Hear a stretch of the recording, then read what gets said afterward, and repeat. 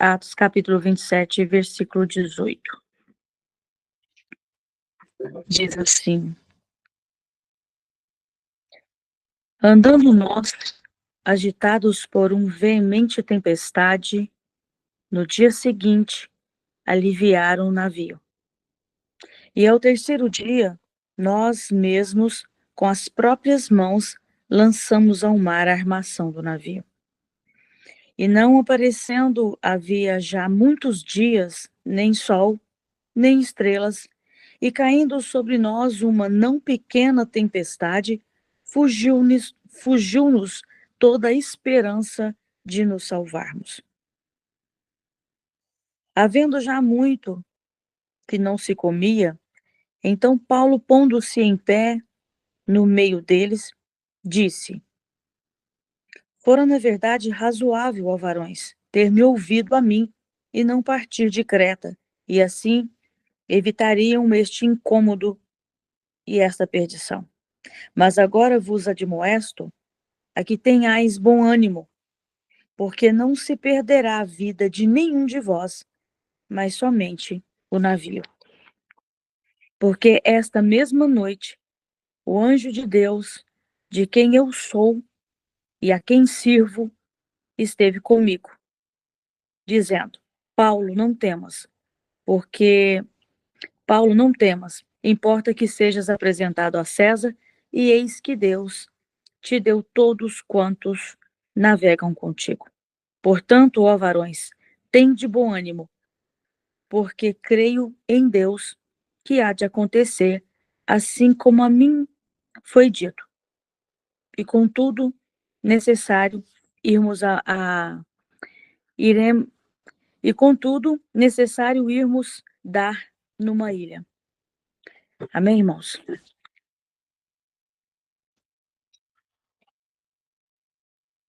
Eu ia ler todo o capítulo, mas achei que tomaria bastante tempo. E a história vai nos contar, segundo a palavra do Senhor, que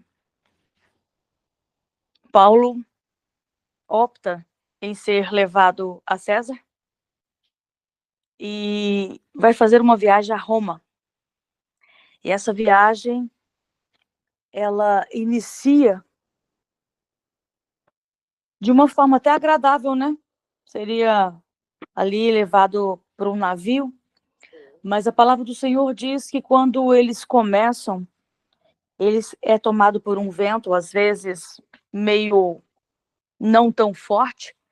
Paulo orienta, né, como um homem de Deus, Paulo orienta a tripulação a não seguir essa viagem, seria uma viagem de prejuízo, mas quem estava conduzindo, né, Paulo, o centurião, ele diz que aqui ele vem trazer a fala dele, né, por última, no caso, fica ali para o centurião, ele cria mais no piloto, a própria palavra do Senhor traz aqui no versículo 11, que ele cria mais no piloto e no mestre do que no dizer de Paulo, nas palavras de Paulo. E a gente vai ver que a viagem começa conflituosa, não é aquela viagem que foi planejada, né, esperada, e ventos às vezes que ventava a favor, mas a partir de uma certa altura da viagem, eles acometido por um vento, uma verdadeira tempestade, né? Poderíamos dizer um furacão ali no meio daquele, em alto mar. A palavra do Senhor diz, mas não muito depois deu nele um pé de vento chamado Euroaquilão. E sendo o navio arrebatado e não podendo navegar contra o vento, dando de mão e tudo, nos deixamos ir à toa, né? Ou à deriva. A palavra do Senhor vem dizer, irmãos, que nessa tempestade houve um contratempo é aquilo que a gente, às vezes, planeja uma viagem, mas o que a gente não quer que aconteça é um contratempo. O que a gente não quer que aconteça é um vento que sopra contra. A gente faz planos, mas a palavra do Senhor diz que em Provérbios, capítulo 16, diz que a gente faz planos, mas a resposta certa, ela vem da boca do Senhor. Eles fizeram ali o plano da viagem, mas não saiu muito bem da forma que eles esperavam. E o interessante que eu vejo é que o povo, o dono do navio preocupava com a carga, o piloto preocupava com o navio, mas além de toda essa, além de todos os aparatos, né, o valor do navio, da carga que ele carregava, havia tripulação. Mas a palavra do Senhor vem dizer a Paulo que o navio se perderia, mas a vida de nenhum dos que estavam ali seria tirada.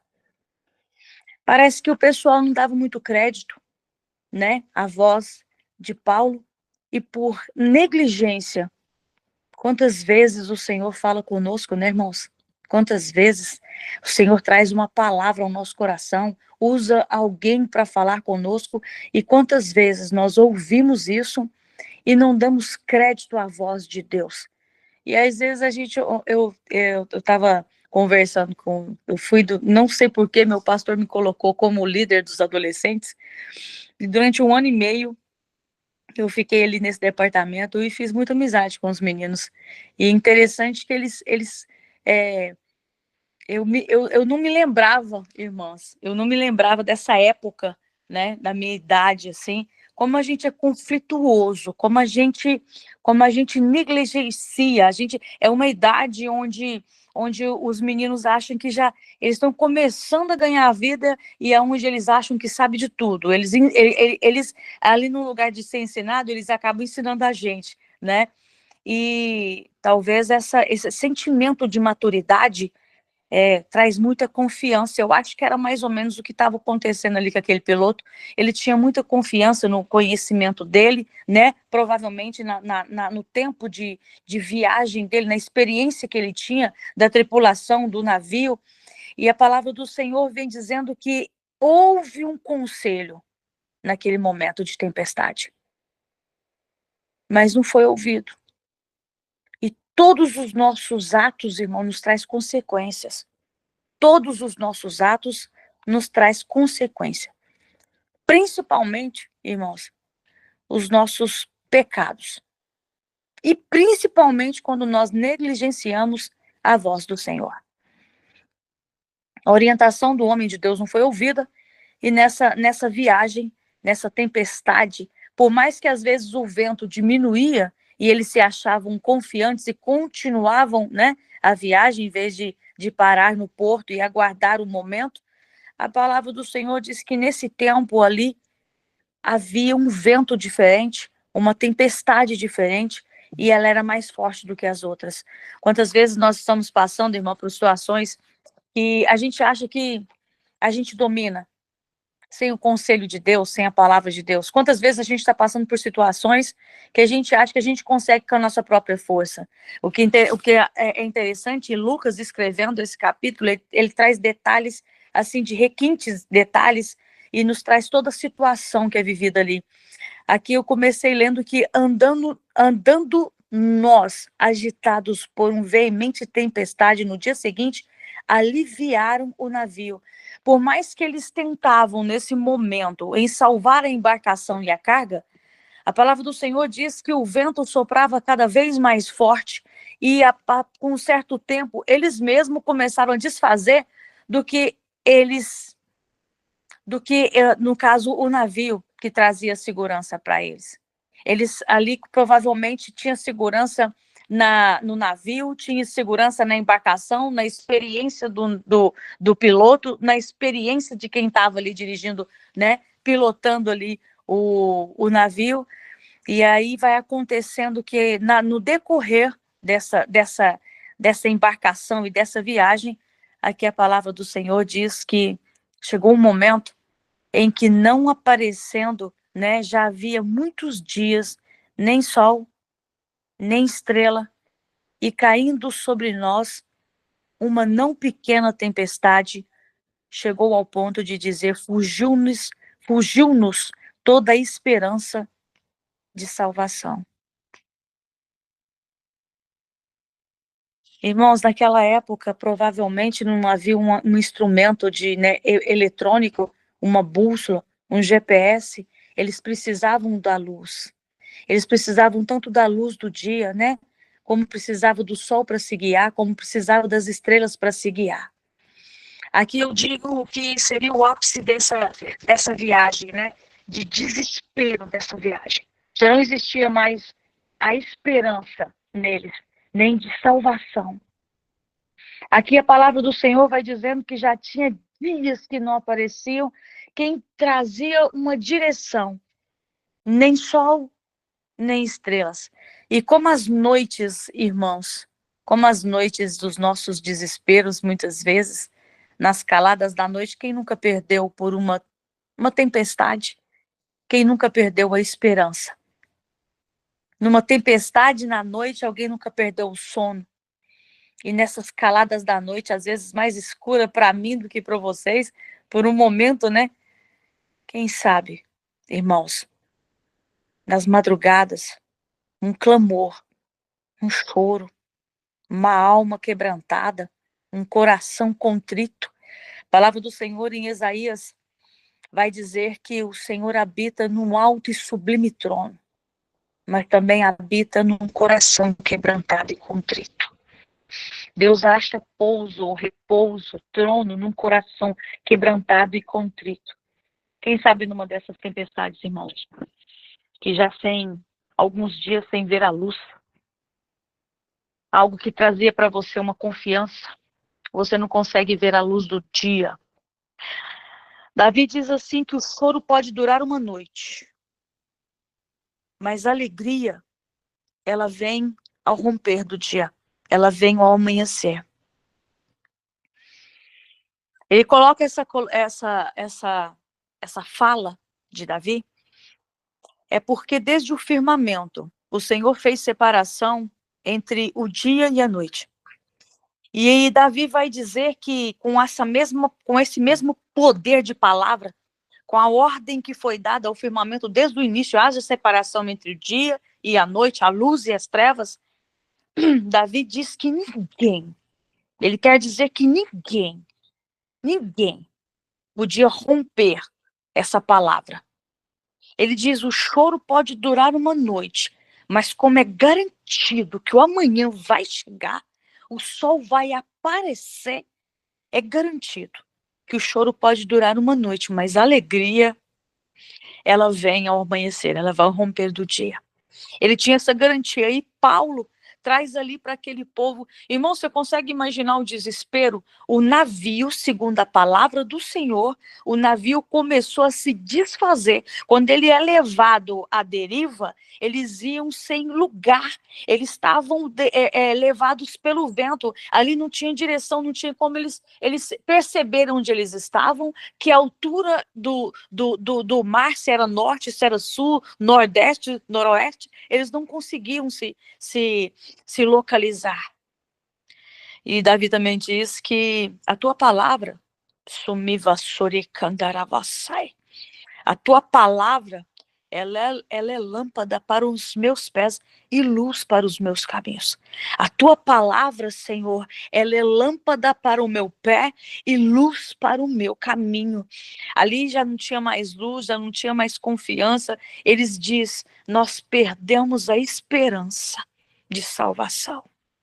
Quantas vezes, irmãos, nas nossas noites escuras sem lua,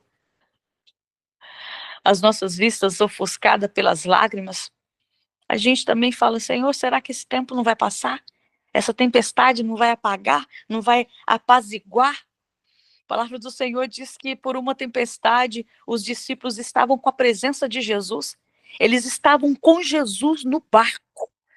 Eles eram pescadores, conheciam muito bem o mar, sabiam que provavelmente naquela região ali poderia sim acontecer aquela tempestade ao qual eles foram acometidos.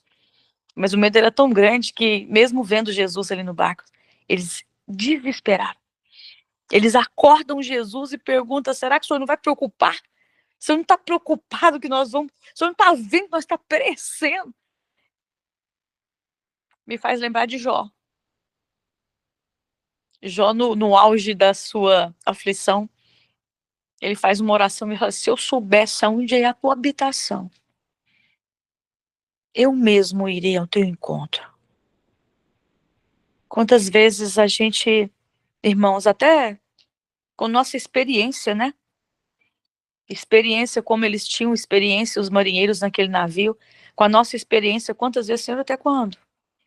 Será que só eu fiz essa pergunta, gente? Senhor, até quando? Será que essa página não vai virar? Será que esse dia não vai amanhecer? Será que essa noite, né, não vai acabar? Eles perderam a esperança de salvação. Mas eu quero dizer para vocês, irmãos, que Paulo tinha uma palavra da parte do Senhor. Ele disse que um anjo do Deus ao qual eu creio e do qual eu sou e do qual eu sirvo, ele disse que nenhum dos que estão aqui, ei, Keravassorekandarai, vai perder a vida, vai perder a salvação. Não é isso? Todos serão salvos. Nós precisamos, no meio da tempestade, fazer como Paulo fez, irmãos. Dar crédito à palavra do Senhor. Nós precisamos, no meio da tempestade, das nossas noites escuras, das quais não tem mais estrela e nem sol aparece, durante muito tempo, só uma nuvem escura. Nós precisamos ouvir a palavra. O ápice desse capítulo 27, irmão, não é a destruição do navio. O ápice desse capítulo 27 não é a aflição dos marinheiros e nem a perda de esperança de salvação.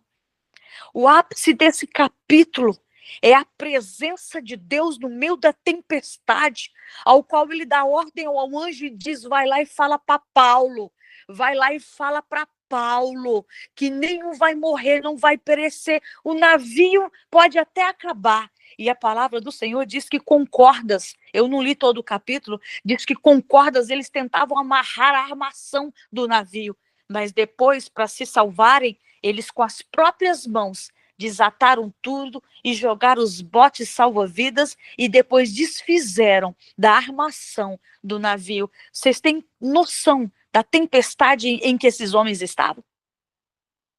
Mas no meio desse dia escuro e no meio dessa tempestade, no alto mar, o Deus, que é maior do que o poder da natureza, ele é mais poderoso do que o fogo, mais poderoso do que a água, mais poderoso do que o ar, do que o vento. Ele é mais forte, é mais poderoso. E olha, irmão, a palavra do Senhor diz que ele é incomparável. E eu não digo isso no sentido de comparação, mas no sentido de aceitação e de reconhecimento que o meu Deus e o seu Deus, ele é maior do que essa tempestade. Ele é maior do que a nossa dor. Ele é o Deus que repreende toda e qualquer enfermidade. Ele é o Deus que repreende todo e qualquer desespero e aflição de alma. Se me vassorecandaravassubriai, no que deravas bandaravassu deracandaravasúbria. A palavra para o teu coração, Senhor, em nome de Jesus Cristo, acalma os nossos pensamentos, acalma, Senhor, as nossas emoções, que essa tempestade que muitas vezes nós passamos, às vezes uma dificuldade, uma porta fechada, um diagnóstico de uma enfermidade que para o homem talvez seja impossível a cura, nós precisamos dar ouvidos à direção de Deus. Ali eles poderiam estar confiantes, né, nos astros tentando se localizar, nos astros tentando se sintonizar, tentando achar uma direção, mas a direção está na palavra de Deus. É a palavra de Deus que prevalece em meio à tempestade. É a palavra de Deus que prevalece no meio daquela noite escura. A palavra do Senhor. A palavra do Senhor que é viva e eficaz e penetrante, mais penetrante do que espada alguma de dois gumes, que é apta para discernir os pensamentos e intenções do nosso coração. O Senhor Deus nos conhece. Ele sabe muito bem aonde que está o problema, mas é necessário nós nos relacionarmos com o Senhor através da nossa oração, através dessas reuniões, através dos nossos cultos prestados, através das nossas orações, nós clamamos. E é bem verdade que Deus, na sua onisciência, não seria necessário de forma alguma nós apresentarmos, se Ele não quisesse, as nossas aflições em oração. Mas em Filipenses diz: trazei ao conhecimento, fazei conhecidas as vossas aflições, através das vossas orações e das vossas súplicas. Trazei ao conhecimento daquele que é poderoso para nos salvar das tempestades, para nos salvarmos, né, das nossas dúvidas e muitas vezes, irmãos, sejamos sinceros, da nossa incredulidade. Como aquele pai, né, daquele menino que em Marcos 9, capítulo 9, ele diz: eu pedi para os seus discípulos e eles não puderam fazer nada. Será que o senhor pode fazer? Eu acho que aquele homem deve ter ouvido falar de Jesus, ele não conhecia. Porque nós que conhecemos, nós não perguntamos para ele: será que o senhor pode me ajudar? A gente coloca as nossas orações e dizemos, nós trazemos as nossas petições, porque nós sabemos que tu podes.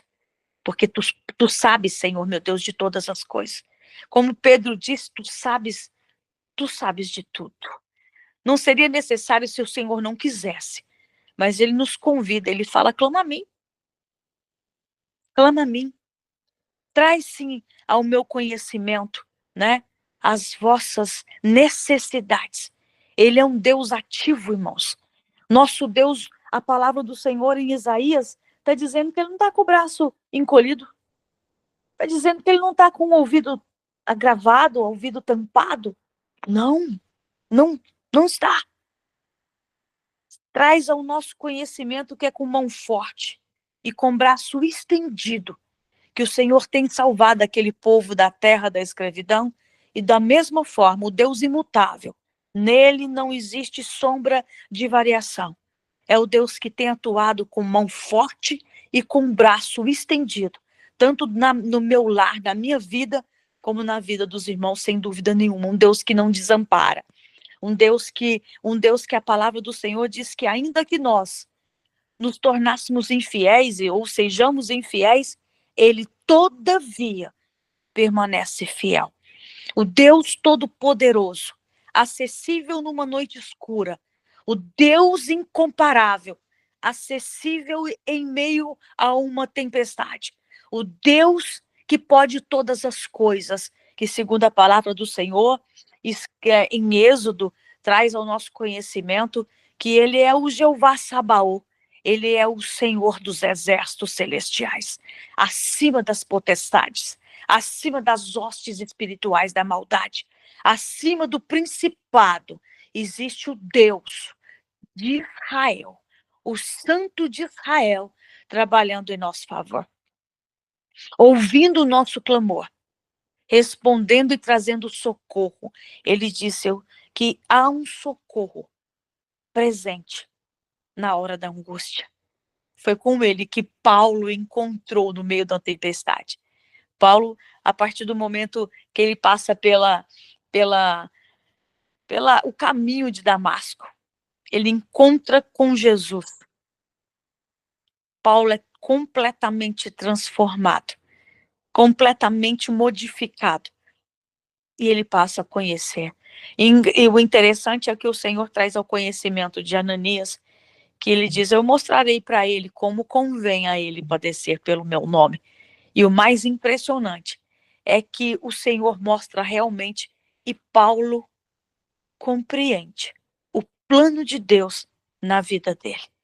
Esse é o mais interessante. É que o Senhor tem um plano e Paulo cede ao plano. É que o Senhor tem um propósito e Paulo se rende ao propósito. É que o Senhor fala e Paulo ouve e obedece. É que o Senhor converte e Paulo se rende ao único Deus, como ele mesmo diz, o que eu mais tinha por importante, o que era valioso para mim. Hoje eu refuto como nada, como esterco.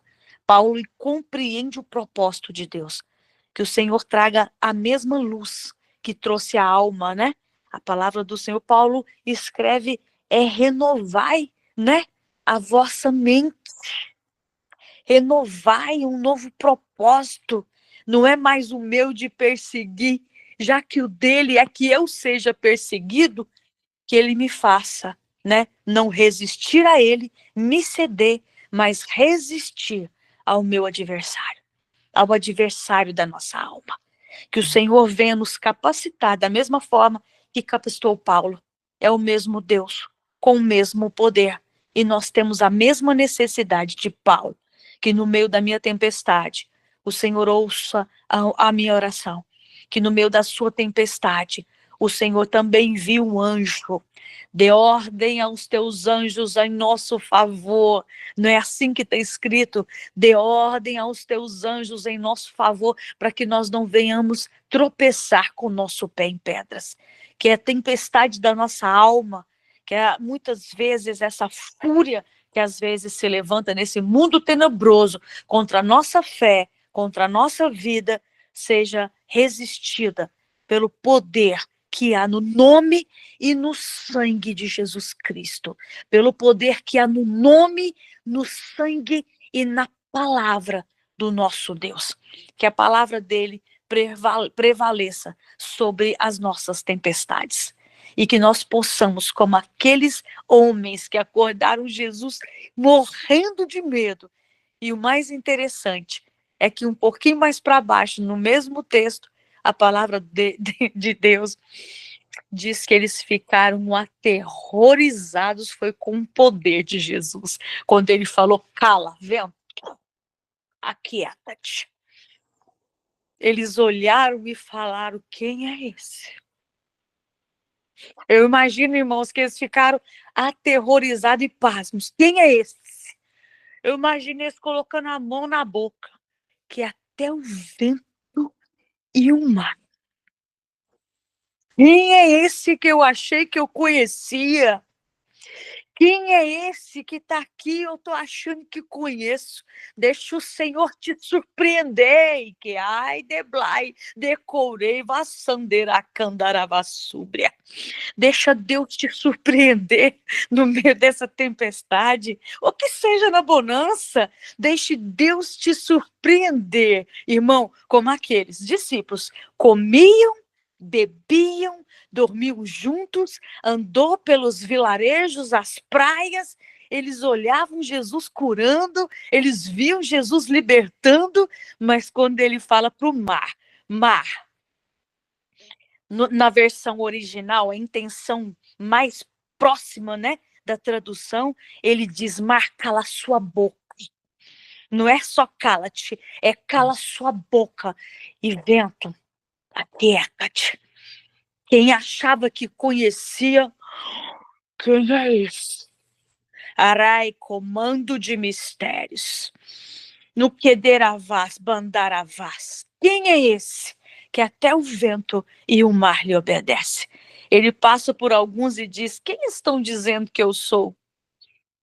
Quem que eles dizem que eu sou? Pergunta para os discípulos. Eles, um fala que o senhor é Jeremias, outros falam que o senhor é Elias, outros falam que o senhor é um dos profetas.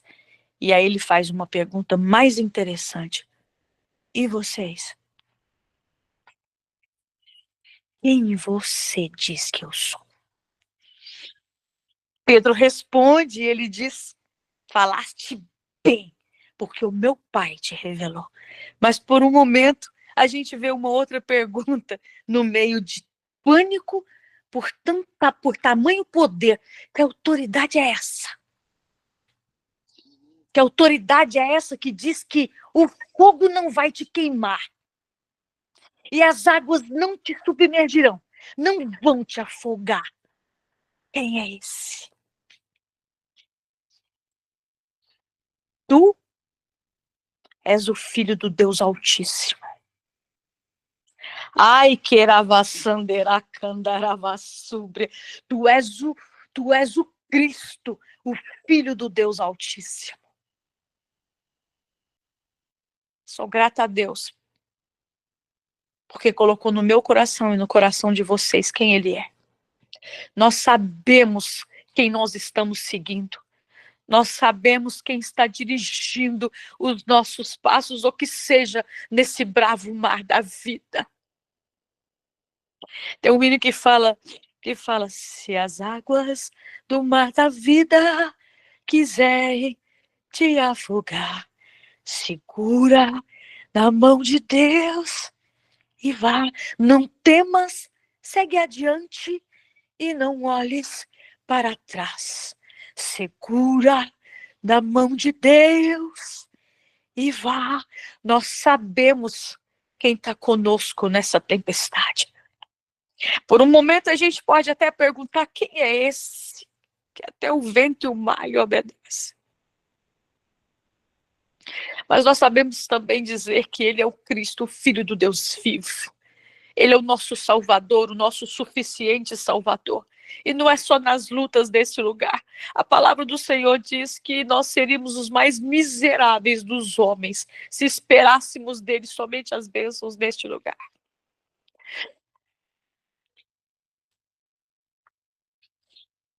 O plano do Senhor é de salvação, irmãos. Salvação. A vida que ele oferece, a vida eterna que ele oferece não é para esse lugar. Aqui onde nós estamos, tudo é perecível. Tudo é passageiro. Tudo é passageiro. A nossa esperança é nosso Salvador, que está chegando para nos buscar. Como eu vi no início, alguém dizendo que Jesus está voltando. O nosso Salvador está chegando. O nosso Salvador está chegando. Essa tempestade vai passar. Os dias aqui, às vezes, são árduos, né? E a oração parece que, assim, que realmente, aparentemente pode parecer que eu estou passando por uma tempestade. Talvez esteja, mas não é só um dia de hoje, né? A palavra do Senhor diz, no mundo tereis aflições. Mas no meio da tempestade, Jesus disse para Paulo lá, o anjo disse, tem de bom ânimo. No meio de uma tempestade na vida de Josué, quando Moisés, né, é tomado, ele olha para Moisés e fala, ser forte e corajoso. E de bom ânimo. Não é assim? Que eu e você possamos ter um bom ânimo. Em Cristo Jesus. Que a nossa esperança não esteja nas estrelas. Quem nos direciona é a luz, mas a luz do mundo, né? Aquele que se apresenta aos discípulos diz, eu sou a luz. Aquele que se apresenta e diz, eu sou o pão da vida. Que nós possamos nos alimentar e sermos dirigidos pela palavra do Senhor. Porque em meio ao nosso deserto ou à nossa tempestade em pleno mar, existe um Deus que dá ordem aos anjos em nosso favor e nos direciona. Tudo pode se perder, mas a nossa vida está guardada nele. A nossa vida está guardada nele. Nós estamos escondidos, gravados na palma da mão dele. Um Deus que cuida com o cuidado dele. O cuidado dele é diferente. Amém, irmãos? Eu agradeço a oportunidade. Essa foi a palavra que desceu ao meu coração. Eu espero que tenha falado profundamente a alma de vocês.